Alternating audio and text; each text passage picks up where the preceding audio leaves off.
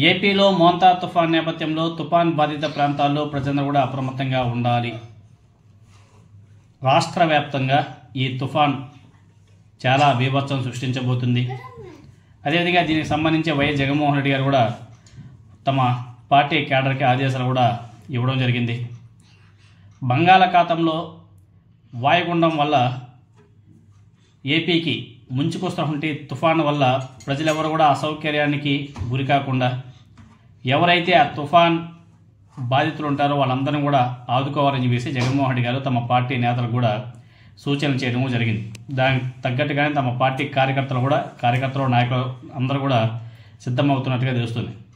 అదేవిధంగా వైఎస్ఆర్ కాంగ్రెస్ పార్టీ నాయకులు, కార్యకర్తలు, పార్టీ శ్రేణులు అవసరమైన ప్రాంతాల్లో ముందస్తు జాగ్రత్త చర్యలు కూడా తీసుకోవాలి. సహాయక చర్యలో పాల్గొనాలి. పునరావాస చర్యల్లో కూడా అందరికీ కూడా అండగా నిలబడాలని చెప్పేసి జగన్మోహన్ రెడ్డి గారు పిలుపునివ్వడం జరిగింది. మోంతా తుఫాన్ నేపథ్యంలో తుఫాన్ బాధిత ప్రాంతాల్లో ప్రజలు చాలా అప్రమత్తంగా ఉండాలని చెప్పేసి జగన్మోహన్ రెడ్డి గారు సూచించడం కూడా జరిగింది.